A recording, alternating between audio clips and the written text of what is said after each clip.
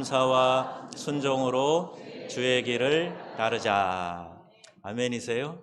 네, 감사와 순종으로 주님의 길을 따르는 복된 한 해 될 수 있기를 축복합니다. 여러분, 오늘 우리가 읽은 이 로마서 11장 말씀은 사도 바울이 눈물겨운 마음으로 썼던 그런 부분이에요. 로마서 9장을 시작하면서 바울은 이렇게 고백을 합니다. 내 형제 곧 골육의 친척을 위하여 내 자신이 저주를 받아 그리스도에게서 끊어질지라도 원하노라.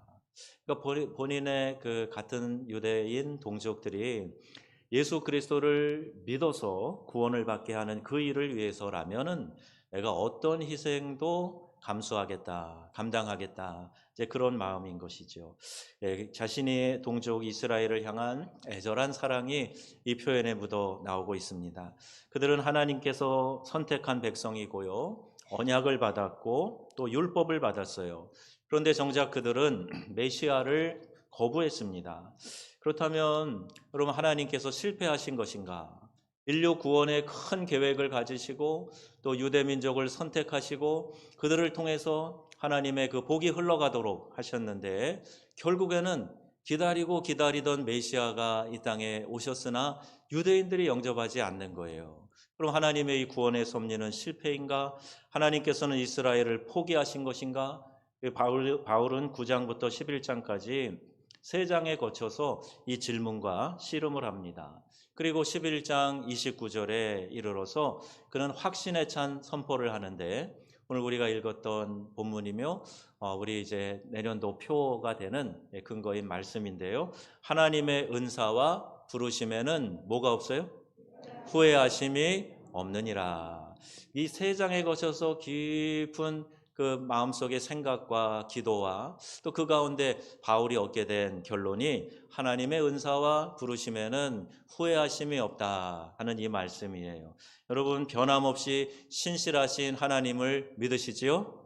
하나님은 어제나 오늘이나 영원토록 동일하시다. 성경은 말씀하고 계세요. 회전하는 그림자도 없으시다. 우리 하나님은요, 항상 우리에게 신실하시고 그 모든 것에 신실하신 분이 하나님이세요. 사람들은 종종 내가 어떤 사람이냐에 따라서 남도 그런 줄 알아요. 내가 의심이 많고 혹은 내가 변덕이 심하고 또 내가 누군가를 배신하는 성향이 있고 그러면 남도 그럴 줄 알아서 더 많이 경계하고 또 그 똑같은 마음을 갖게 마련입니다. 자, 그런데 하나님은 신실하신 하나님이시기 때문에 우리가 생각하는 그런 하나님, 싫으면 버리시고 좋으면 가까이 다가오고 하시는 그런 하나님이 아니시고 언제나 동일하신 사랑의 하나님이시라고 성경은 선포하고 있어요. 이것은 단지 이스라엘에게만 해당하는 얘기가 아니고요, 하나님의 은사와 그 부르심에는 후회하심이 없다 하는 이 말씀은 하나님의 본질을 드러내는 말씀이에요. 하나님은 사랑이시다, 요한일서 4장 8절에 선포하지요. 그 하나님의 본질을 이야기하는 것처럼 하나님은 신실하시다, 하나님은 은사와 부르심에 후회하심이 없으시다, 이건 역시 하나님의 본질을 이야기하는 겁니다. 하나님은 인간처럼 변덕스러운 그런 하나님이 아니시라는 거예요. 어제 주신 은혜를 오늘 후회하며 거둬들이시는 그런 분이 아니십니다. 선택하셨다가 마음이 바뀌면 버리시는 그런 분이 아니시라는 말이에요. 여러분, 생각해 보세요.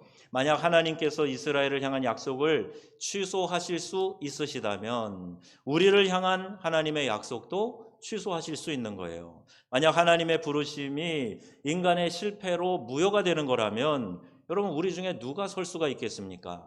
하나님의 구원 계획에 대해서 인간이 이루는 어떤 행위나 그걸 완성시켜야 되는 부분이 있다면 사람 중에는 아무도 이 구원에 도달할 사람이 없을 거예요. 그래서 하나님께서는 그걸 아시고 그 하나님의 은혜를 우리에게 전적으로 베풀어 주시고 우리의 어떠함 여부에 관련 없이 하나님의 구원 계획 안에 들어온 사람들 다 구원해 주신다. 이 하나님의 계획에는 후회하심도 또 하나님의 그 바꾸심도 없다는 것을 말씀하고 있어요.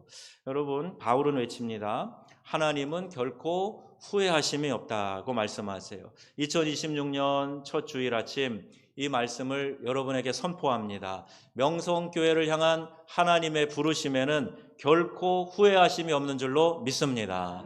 취소됨이 없으세요. 64년 전 이곳에 세우셔서 교회의 본질적 사명을 부여하셨고 오늘 이 시간까지 우리 교회가 이곳에 있어요. 하나님의 이 부르심과 또 하나님이 우리에게 주시는 은사, 하나님의 택하심, 하나님이 우리에게 부여하신 사명, 이것은 취소됨도 후회하심도 없다는 겁니다. 때로는 우리가 연약해도 넘어져도 때로는 불순종해도 하나님의 은사와 부르심은 여전히 유효하다 하는 사실 여러분 꼭 기억하시기를 바랍니다.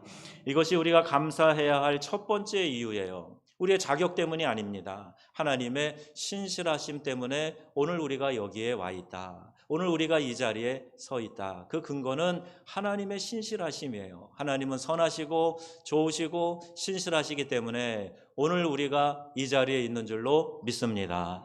그래서 여러분 여기 말씀 30절 31절에 보면요, 하나님의 구원 계획은요 변함이 없으세요. 하나님은 순종과 불순종 이 모든 것들을 다 사용하시는 하나님이시다 하는 거예요. 바울은 여기에 놀라운 이야기를 하는데요, 그 30절 31절 기록되어 있어요. 우리 다 같이 한번 읽어보겠습니다.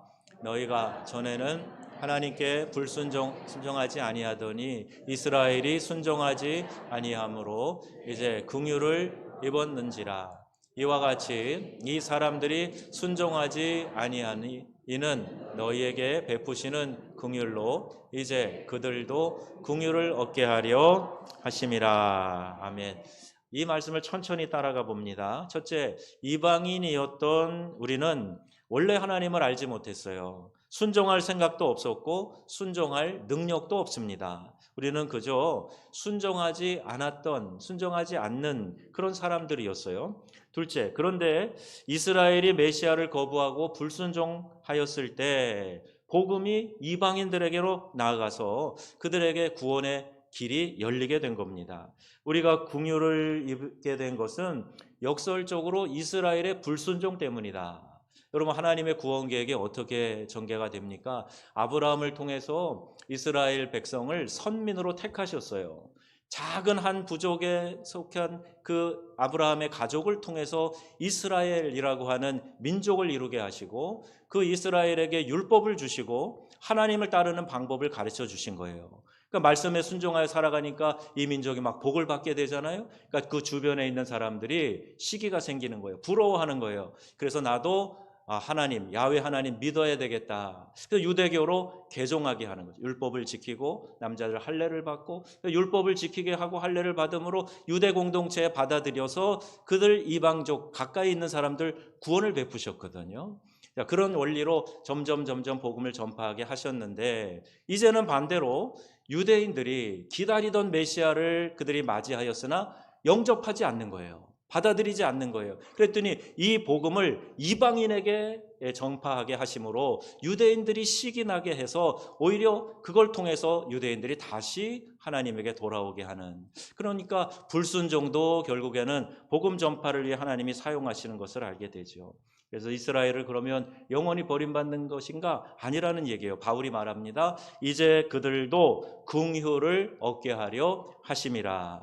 이방인에게 베푸신 긍휼을 보고 이스라엘도 질투하여 돌아오게 하시려는 하나님의 구원 계획이라는 겁니다. 여러분, 이 얼마나 놀라운 이야기입니까? 이것은 단순히 역사적 사실을 설명하는 것만이 아니에요. 이것은 하나님의 구원의 방식을 보여주고 있는 겁니다. 하나님은 인간의 불순종조차도 사용하셔서 더 큰 긍휼을 이루신다는 말씀이에요. 실패가 끝이 아니라 오히려 실패가 긍휼의 통로가 된다는 겁니다. 여러분, 삶에서 여러 가지 좌절도 경험하실 때가 있잖아요.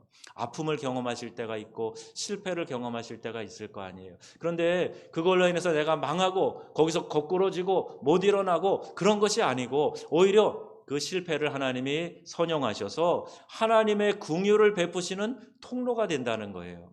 내가 언제 예수님 믿게 됐는가? 언제 내가 신실하게 주님 앞에 나오게 됐는가? 가만히 돌이켜보면은 내가 막 잘 나갈 때가 아니고요, 오히려 더 어려울 때, 마음이 가난해져 있을 때, 실패를 경험했을 때, 그때 하나님의 긍휼을 덧입으면서 하나님 앞으로 나아가는 그런 성도들이 참 많이 있어요. 여러분, 우리가 배워야 될 것이 여기에 있는데요, 바로 순종입니다. 우리가 긍휼을 입는 것은 내가 잘나서가 아니에요. 우리가 순종을 잘해서도 아닙니다. 오직 하나님의 긍휼 때문에 우리가 주님 앞에 나아올 수 있게 되고, 그리고 그것을 통해서 하나님의 한량없는 은혜를 체험하게 되는 것이죠. 그렇다면 이제 우리가 할 일이 무엇일까? 그 긍휼에 감사함으로 순종하는 거예요. 오늘 모든 사람을 긍휼히 여기시는 하나님에 대해서 말씀하고 있는데요. 바울이 이 긴 논증을 한 문장으로 정리합니다. 32절 말씀이에요. 같이 읽습니다. 하나님이 모든 사람을 순종하지 아니하는 가운데 가두어 두심은 모든 사람에게 긍휼을 베푸시려 하심이라. 아멘. 하나님께서 우리에게 긍휼을 베푸시기 위해서 그 모든 일들을 역사하고 이끌어 가신다. 이 말씀은요, 깊은 신학적인 진리를 담고 있습니다. 무엇보다도 하나님은 모든 사람을 순종하지 아니하는 가운데 가두어 두셨다. 이게 무슨 뜻일까요? 유대인이든 이방인이든 모두가 스스로의 힘으로는 하나님께 나아갈 수 없다는 거예요. 율법을 가진 이스라엘도, 율법이 없이 살았던 이방인도 모두가 다 불순종의 상태에 있다는 이야기입니다. 둘째, 그 이유가 뭐냐? 그 이유는 모든 사람에게 하나님께서 결국 긍휼을 베풀어 주시기 위함이라는 겁니다. 만약 누군가는요, 자기의 의로 구원받고 또 어떤 사람들은 긍휼로 구원을 받는다면 구원의 기준이 둘이 됩니다. 그러나 하나님은 모든 사람을 동일한 상태에 두셨기 때문에 모두가 불순종 가운데 있고 모두가 다 긍휼이 필요한 것이에요. 그리고 아무도 자랑할 수 없고 모두가 감사할 수밖에 없다는 겁니다. 전적으로 하나님의 은혜로 우리가 구원을 받은 것이고 나의 행위나 공로나 자격 가지고는 구원에 이룰 수가 없다는 것을 분명하게 말씀하고 있어요. 에베소서 2장에도 말씀하죠. 너희가 그 은혜로 인하여 믿음으로 말미암아 구원을 받았으니 이것이 너희에게서 난 것이 아니요 하나님의 선물이라. 행위에서 난 것이 아니니 이는 누구든지 자랑하지 못하게 하려 하심이라. 여러분, 우리가 신앙생활 오래 하다 보면 좀 착각을 하는 게 있어요. 뭐냐 하면요, 내가 이만해서, 내가 이렇게 충성을 해서 그동안 이만큼 봉사를 해서 나에게 지금 이런 은혜가 있다고 착각을 하는 거예요. 근데 여러분, 시작부터 근원부터 우리는 죄인이었고 그 죄의 굴레를 벗어버릴 수 없는 한계에 빠진 인간이었기 때문에 하나님께서 예수 그리스도를 우리에게 보내주셨고 누구든지 그 예수님을 믿기만 하면 멸망하지 않고 영생을 얻게 하려 하심이라. 이게 하나님의 구원의 계획이고 이것이 우리가 아는 복음인 것입니다. 우리는 불순종하는 자였지만 하나님께서 우리에게 긍휼을 베풀어 주셨다는 거예요. 우리는 자격이 없었지만 하나님께서 우리에게 은혜를 부어 주신 것입니다. 우리는 돌아올 힘이 없었지만 하나님께서 먼저 우리에게 찾아와 주신 거예요. 여러분, 이 세상 어느 고등 종교를 봐도요, 그 창조주가, 절대자가 피조물인 그 인간에게, 어떤 대상에게 찾아와서 우리 사랑하자, 교제하자 이렇게 하는 게 없어요. 오직 우리 하나님만이 우리에게 구원의 길을 열어주시고 누구든지 이 길에 들어와서 구원을 받아라 하는 초청을 하고 계시는 것이지요. 우리는 불순종하였지만 하나님은 우리에게 긍휼을 베풀어 주셨다 하는 이 말씀, 여러분 심령 가운데 들려지는 역사가 있기를 바랍니다. 내 공로나 의가 아니라 하나님이 나를 전적으로 사랑하셔서 나에게 찾아와 주셨고 불순종 상태에 있을 때, 우리가 아직 죄인 되었을 그때에 그리스도께서 우리를 위하여 죽으심으로 하나님께서 우리에 대한 자기 사랑을 확증하셨느니라 성경은 말씀하고 있습니다. 여러분, 우리에게 아무 힘이 없어도 괜찮아요. 내가 실패했어도 괜찮아요. 때로는 불순종했어도 괜찮아요. 하나님의 이 구원 계획은 변함이 없이 신실함으로 끝까지 이루게 될 줄을 믿습니다. 이것이 루터가 그렇게 강조했던 성도의 견인이에요. 한번 구원받은 하나님의 사람은 구원을 잃어버리지 않고 그 믿음의 대열 안에서 끝까지 갈 수 있도록 하나님께서 길을 열어 주셨다는 겁니다. 우리의 이야기로 돌아와서 감사와 순종에 대한 이야기를 한번 해보겠습니다. 이제 이 복음이 우리의 이야기가 되어야 됩니다. 우리가 어떻게 여기까지 왔습니까? 우리의 의로움 때문입니까? 우리의 순종 때문입니까? 아닙니다. 오직 하나님의 긍휼 때문이에요. 그렇다면 2026년 우리 교회가 감사와 순종으로 주의 길을 따르자 이런 표를 선포하는 것은 매우 의미가 있는 것입니다. 먼저 감사해야 할 일이 무엇일까? 무엇을 감사하면 좋겠습니까? 우리 작년부터 비전 317 선포를 했는데 그 내용이 되기도 해요. 먼저는 3이라고 하는 숫자를 통해서 삼위일체 하나님을 모신 것에 대한 감사. 이것을 얼마든지 우리가 함께 하나님 앞에 감사할 수 있어요. 함께 우리 동일한 하나님을 경배한다 하는 것 얼마나 큰 영광이고, 내가 예배할 수 있는 자격을 얻었다는 것, 이것보다 더 큰 영광과 기쁨이 없어요. 또 일은 하나된 교회 안에서 우리 형제 자매들이, 영적인 가족이 함께 할 수 있다 하는 것, 이것이 큰 감사이지요. 여러분, 교회 공동체는 믿음으로 하나된 공동체임을 믿습니다. 함께 하나님을 예배하는 영적인 가족 공동체임을 믿습니다. 그 하나된 교회 안에서 함께 예배할 수 있는 것이 감사이지요. 또 하나는 7인데요. 한 주간 7일 동안 매일매일 승리로운 삶을 살아갈 수 있게 하시는 것, 이게 감사할 일이죠. 나 혼자 하면 절대 승리할 수 없으나 하나님이 영으로 우리와 함께 하셔서 도와주시고 이끌어 주심으로 매일매일 승리할 수 있는 길을 열어주셨다. 그래서 여러분, 이 비전 317 가운데 삼위일체 하나님, 하나된 교회, 그리고 매일매일의 승리의 삶을 여러분 생각하시면서 이게 우리의 자격이 아니라 하나님의 긍휼이다, 하나님이 긍휼로 우리에게 이와 같은 은혜를 베풀어 주셨다 하는 사실을 깨닫고 감사하는 성도님들이 다 되시기를 주의 이름으로 축원합니다. 그 다음에 뭘 해야 될까요? 감사하는 마음을 가지고 순종해 나가야 되겠죠. 순종은 율법주의가 아니에요. 순종은 두려움 때문에, 체면 때문에 억지로 하는 거, 그게 순종이 아닙니다. 순종은 긍휼을 입은 자의 감사의 표현이 온전한 진정한 순종인 것이죠. 하나님, 나에게 이런 긍휼을 베풀어 주셔서 감사합니다. 여러분, 하나님의 긍휼을 생각하면요, 이 마음 가운데서 참 올라오는 뭐가 있어요. 하나님 너무 감사합니다. 주님의 긍휼과 자비하심으로 인하여서 너무 감사합니다. 지난주에 제가 그런 경험을 했는데요. 가사말을 써놓고 AI에서 곡을 만들어주는 것에서 곡을 만들었는데, 주여 긍휼을 베푸소서, 이런 거예요. 가사말이 뭐 특별한 게 없어요. 하나님 긍휼을 베풀어 주세요, 긍휼을 베푸소서, 이런 가사가 주로 되어 있는데 몇몇 분들한테 들려줬더니 굉장히 은혜가 된다 그래요. 하나님이 나에게 베푸신 은혜, 그 긍휼 생각하면 할수록 우리 안에 감사가 넘쳐나게 되는 것이고, 당연히 감사하는 마음을 가지면 그분 앞에서 순종하려고 하는 마음도 갖게 되는 겁니다. 누군가를 사랑하면 그 사람의 말을 잘 따라주고 싶은 거예요. 그게 순종인 거죠. 그러니까 사랑이 근거입니다. 억지로 하는 거는, 명령으로 하는 것은 통제사회에서나 가능하고 그거 역시도 온전하지 않아요. 그런데 진정한 순종은 사랑이 근거가 될 때 가능하게 된다는 거예요.